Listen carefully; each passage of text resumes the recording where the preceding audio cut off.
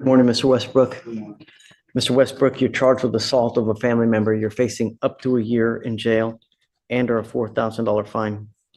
We are going to do probable cause. You have the right to remain silent. Anything you say can or will be used against you. You have the right to have an attorney present. If you cannot afford one, one will be appointed to you, sir. Yes, Judge. On November 10th, 2024, the officer was dispatched to a residence in Harris County, Texas.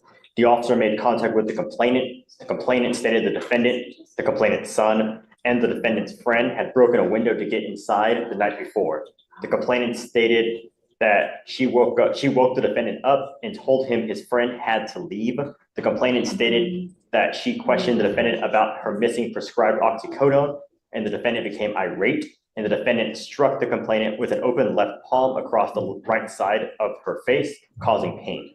The defendant began to destroy the residence, grabbed a kitchen knife, placed it to his own throat, and fled as the complainant was on the phone with dispatch. All right. Mr. Westbrook, I'm going to find that there's probable cause to go forward with your case. I'm sending you now for a drug test. I want to know what, if anything, is in your system. You're not to use alcohol, illegal drugs, unprescribed controlled medication. If I find that you're using, I will put you in custody. If you have a problem with drugs or alcohol, Mr. Westbrook, you better tackle it, because if you don't, I'm going to do it for you. And I promise you, you're not going to like the way that I do it. Do you understand? Yes, Your Honor.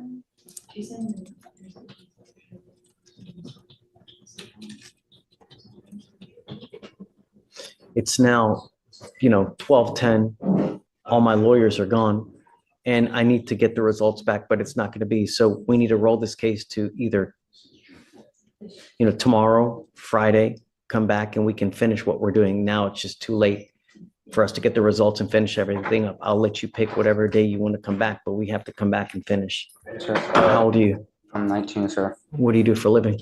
Right now, I'm just working at a fast food place, trying to get back into college. Who do you live with? My mother, well, that's who I was staying with. I don't want to talk about the case. I only want to know what you're doing in life and see. I'm trying to get back. I'm trying to go to college. I'm at trade school to become a welder.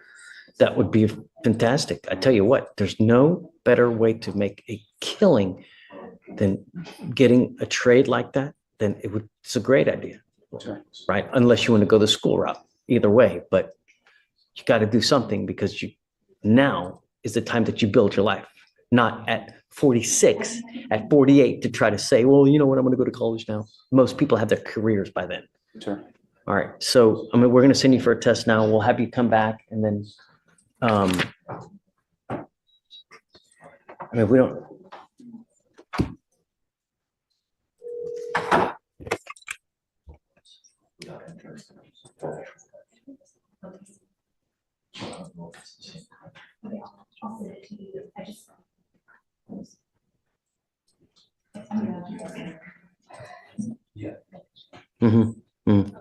Yeah. Yeah. Do you know the complaining witness? Have you guys reached out to this person? No, Your Honor. What is the relation? Relationship, the defendant's her son. That's the mother, Your Honor. The complainant. So the complaining witness in this case is mom. Mom. Yes, Your Honor.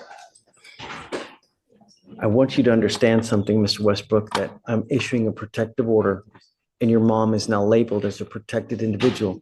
You cannot commit family violence or an assault against this person. Commit an act in furtherance of an offense under section 42.072 of the Texas Penal Code, which is the stalking statute. You cannot threaten, harass, use another person to communicate a threat or harassing behavior. What you need to understand is what is threatening or harassing doesn't matter what you think. It's how she perceives. So if I go like this, is that threatening or harassing? It most certainly is. And it can land you back into jail if you threaten or harass your mother. Do you understand? Is she here now? I want to send her right now. So what we'll do is, guys, this is Westbrook.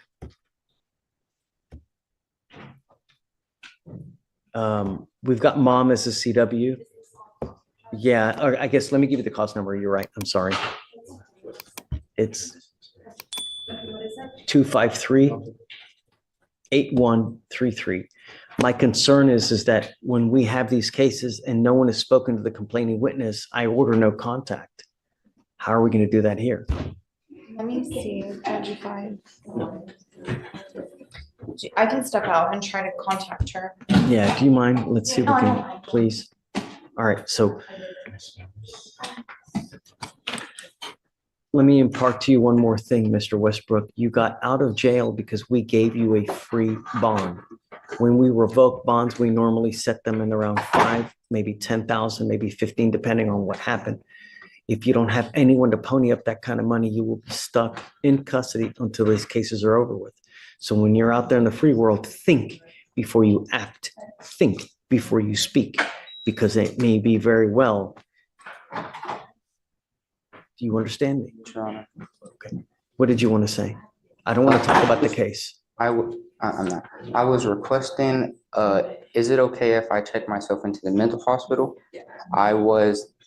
It's not about the case, but that's where I was supposed to go.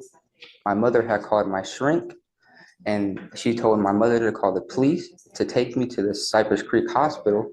And they told me they were taking me there. How did you get here today? Your mom didn't take you? How'd you get here? My friend took me. And because I was gonna sign myself into the mental hospital, I Someone now, please. called up here and they told me, well, that you shouldn't be. Let's do this. Let's do this because I don't want you to say too much, because you never know what you're going to say that's going to end up hurting you. I do, above all else, want to get a test today because I want to know what, if anything, is in your system. Yes, Your Honor. I want to do that. If you fail to go test, if you fail to, I'm going to revoke your bond. I want you to know that. I just want to know what's in your system. And no more dope. It could be very well affecting your life in more ways than you know. When you take, do you take medication prescribed by a doctor? And that's what we're working on. Okay. You got to find something if that's what they prescribe. You got to also have to understand that it may take a while to find something for you to get used to that. When you start taking these psychotropic medications, you may take one and there's a side effect that doesn't agree with you. So you move on to the next one. It may take a couple days, but you got to just wait, find the one that agrees with you, but give it time and be patient because it affects everyone in different ways. So if you find that you're agitated, that you find yourself angry, just time out, relax. It's never the end of the world. Anything can always be resolved with time, love, care. So just take that. Your Honor. I'm going to appoint your lawyer. I'm going to see if we can get you one here real quick. Okay.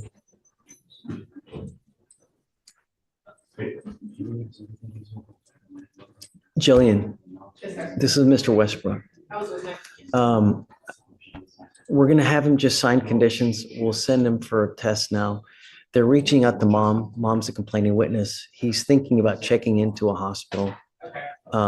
If you feel that that's something that you like to do, great. That's a good thing. Just want to get help. It's anytime you try to help yourself like that, that's great. And I'm proud of you for doing it because not many people realize that, hey, I may need this kind of help. And we're support you. Anything you need, we're there to help. I can't give you a ride, but do you have a ride here now? Yes, sir. Okay.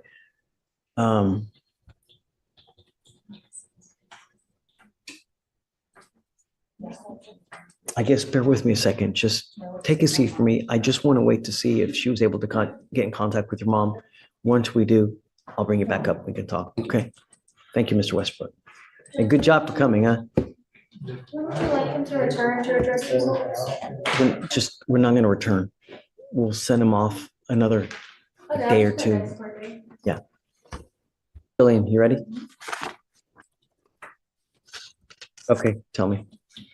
So I just spoke to the complaining. You got a hold of her. Yes, I got a hold Yay. of her. She's his mother. She was extremely distraught on the phone. She said that the defendant is mentally disabled. He has a lot of conditions and he has these episodes I didn't get quite a great understanding of what episodes is, but she had called his therapist or his psychiatrist, and the shrink instructed the complaining witness to get him transported to Cypress Creek Hospital Okay, because he was making harm, like threats of harm to himself. And so this complainant called the police in order to try to get their help in transporting him to the hospital because she couldn't get a handle of it.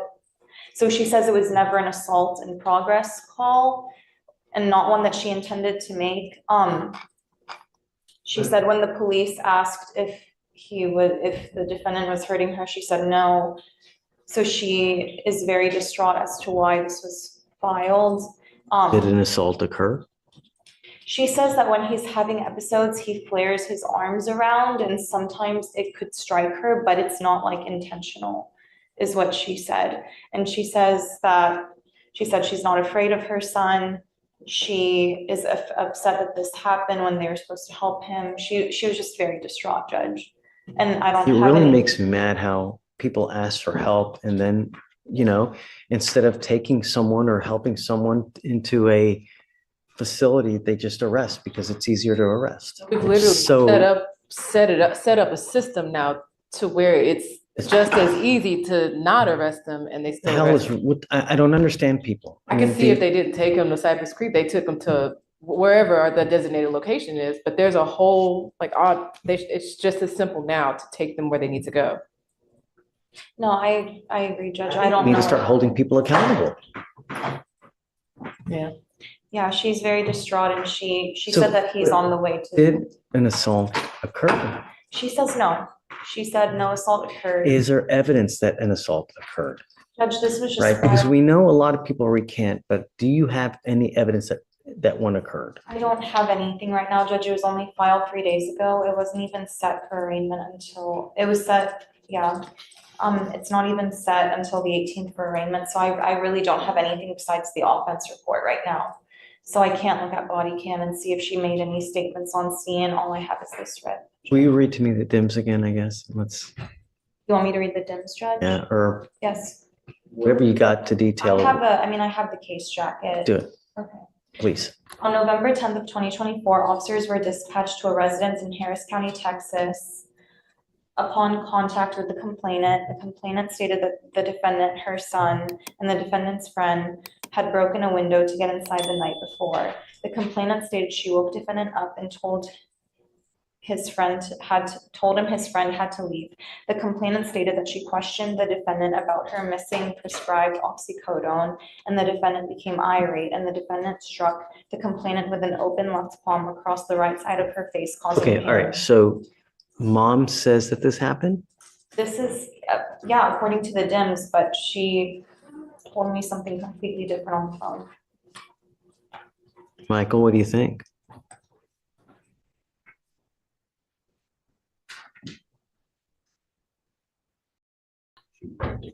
She's recanted, yes.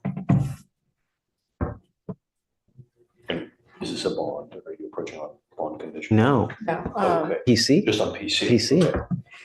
Ultimately, what's happening is she called the police in an effort to get mental health help. But what ended up happening is they just took him to jail. Now, she allegedly does say that assaultive behavior did occur, but now she's saying something completely different. What's right? Yeah, Judge, I mean, what they do this all the time. They say what actually happened to the police, and then they'll recant the second someone goes to jail. They want them out of the house to be safe because they're in danger at the time. And then when they realize the person actually went to jail and is being held accountable, they call us and tell us, well, nothing happened.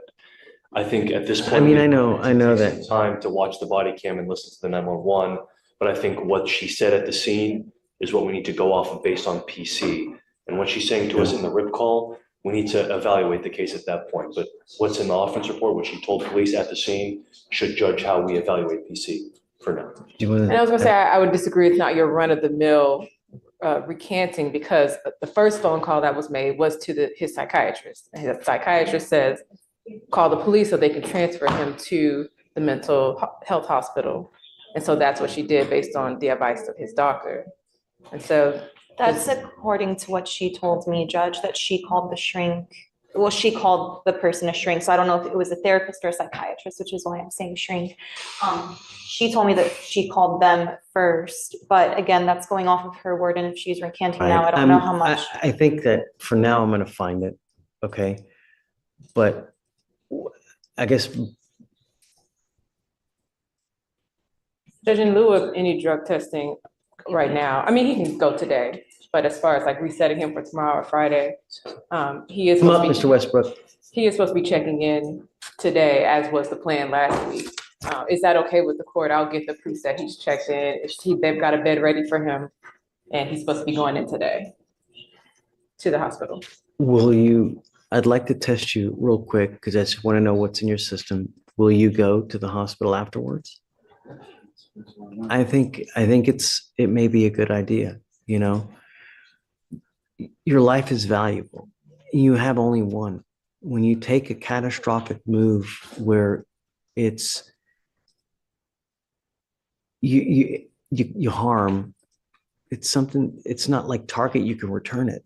You can't, there's some things that you just can't come back from. If you have patience, then anything can be achieved. So don't make rash decisions. Take time, take care. We're here to help you as well. I want to help you. The goal for us is to have you leave better than you came. And if you give us time and be patient, we can help you with that. I have all kinds of resources, have all kinds of things at our disposal to help you. All you have to do are two things. Come back and stay in touch with Jillian. She's great. She will help you with whatever you need. She has a direct line to me that she can always call me. If you need anything, we have resources to help you out. But you got to stay in touch with us. And I think that that's a good call. If you make it down there, let me test you real quick. I'm not going to have you come back. Just go directly there to the Cypress place right after. As long as we know that you're there, I'm not going to revoke your bond. We will let you just take time that you need to go do what you need to do. But I got to know that you're there. Sure. If I don't know that you're there and I think you're out monkey business and not doing what you're supposed to be doing, I'll issue a warrant. I don't want to have to do that. So just please stay in contact with us. Do what you say you're going to do, and good things are going to happen. I promise. Sure. You can always get a hold of us. If you ever need anything, just come back here as well. We're always willing to help you with whatever you need. Do you have any questions? Okay. Let's set it off a week. I don't want to do a long one just to make sure that we stay kind of close with Mr. Westbrook. You know, she'll give you her number so that you can always get a hold of her. Okay. All right. But we'll also take care of costs. You won't have to pay for anything. So don't worry about the money. All you got to do is show up and stay in touch with Jillian. Sure. All right. So, quick question. When I do get out of the hospital, just let her know that I am getting out of the hospital, correct? So what happens is usually when you check in, we'll get a rough kind of figure for how long you'll be there. I don't know. It could be a day, it could be 2 days. The idea is to get you as the best way you can. And it may take a day or two, it may take a week. I don't know. But stick with it. Yes, sir. You know, take your time. Rome wasn't built in a day, as the saying goes. It takes time. And if you've got the patience, you got the love, you got the want, anything can happen, you know, here soon. And I also have resources to get you on track to help you with welding if you want it. I know people and I'll help you out with it. If you help me with yourself, I will help you with the job aspect afterwards. I promise. Sure. You know? Okay? Sure. All right, Mr. Westbrook. Best of luck to you, okay? We'll see you soon. Yeah. All right. Thanks, Jillian. Good morning, Mr. Garza. Do you have a lawyer today? Order in the court. I do not. What are you doing about that? I can't afford an attorney, Your Honor. Why not? I don't make enough, Your Honor. And I'm not able to save. How many enough lawyers to- did you speak to? I've spoken to at least a minimum of 10 lawyers. And Okay. just to get a lawyer down right now, like just for a down payment is at least $1,000 down. That's beyond anything I can afford at this What do you point. do for a living? I'm a security officer for the Houston Astros, Your Honor. Okay, and how much money do you make a month? I want to say estimated around, I estimated how much you know exactly how much. okay, so I take home around 1,800 a month. And Is it every 2 weeks or every month? every month. 1,800. Mhm. What expenses do you have? I have a child support loan. I do pay rent and utilities. Yeah. How many what? Kids? Kids, just one. And do you pay child support out of your check? Please or take it out into the. I'm sorry, Your Honor. I didn't hear you. Pay for the child support? Does it come out of your check? Comes out of a check every week. I'm glad that you're paying child support. That's a great thing. I'm proud of you for doing it because not many do. I'll have you fill out an application. Let me take a look at it. And then if you do qualify, which I think you probably will, then I'll grant it for you. Okay. Mhm. The other thing is this, though, is that you got to understand that there's a lot of timing requirements with the DWI. And if you don't hire a lawyer quick enough, it's very possible that your driver's license gets suspended and you're not able to drive. Do you have a Texas driver license? I do, still valid. Okay. And you, Pending hearing, Your Honor. sorry, say it again? Pending hearing with For the- Texas Department of Public Safety. Got it. Okay, so just be aware that that's an important hearing. You could lose your license, so. The lawyer we give you now is not gonna do that. That's something that you're gonna have to do on your own, or you typically will hire a lawyer to represent you in that hearing. I think it was a $200 some So I don't dollar. wanna, but that's something that you can do on your own. We pay for the criminal case, not for your, because that's a civil case. Okay? All right, if you wanna get on over there, we'll give you an application. What looked like a straightforward assault charge in a Harris County courtroom turned into something far more complicated and far more human the moment the full picture came into focus. 19-year-old Mr. Westbrook stood before the judge, charged with assaulting his own mother. The police report painted a grim scene: a broken window, missing oxycodone, a confrontation that turned physical, and a young man holding a knife to his own throat before fleeing. On paper, it looked like a case that told its own story, but paper doesn't always tell the truth. When the court reached out to the mother, the very complainant in the case, she was distraught, not angry at her son, distraught that he was in handcuffs instead of a hospital bed. She hadn't called 911 to have him arrested, and she called because his psychiatrist told her to, because her son was having a mental health episode and needed emergency care at Cypress Creek Hospital. The police responded, saw what they saw, and took the easier route. The judge didn't hide his frustration. A system designed to help people in crisis had failed this family. Instead of a hospital bed, this young man got a jail cell. But what followed was remarkable. The judge pivoted from prosecution to compassion, offering resources, a direct line to his coordinator, and even a personal connection to welding opportunities if Westbrook did the work on himself first. He sent him straight from the courtroom to the hospital, bond intact. Sometimes the courtroom isn't the end of the road. Sometimes it's the first real chance someone gets. If you found this case as eye-opening as we did, and you hit that like button, drop your thoughts in the comments, and subscribe for more real courtroom breakdowns, because justice never gets old.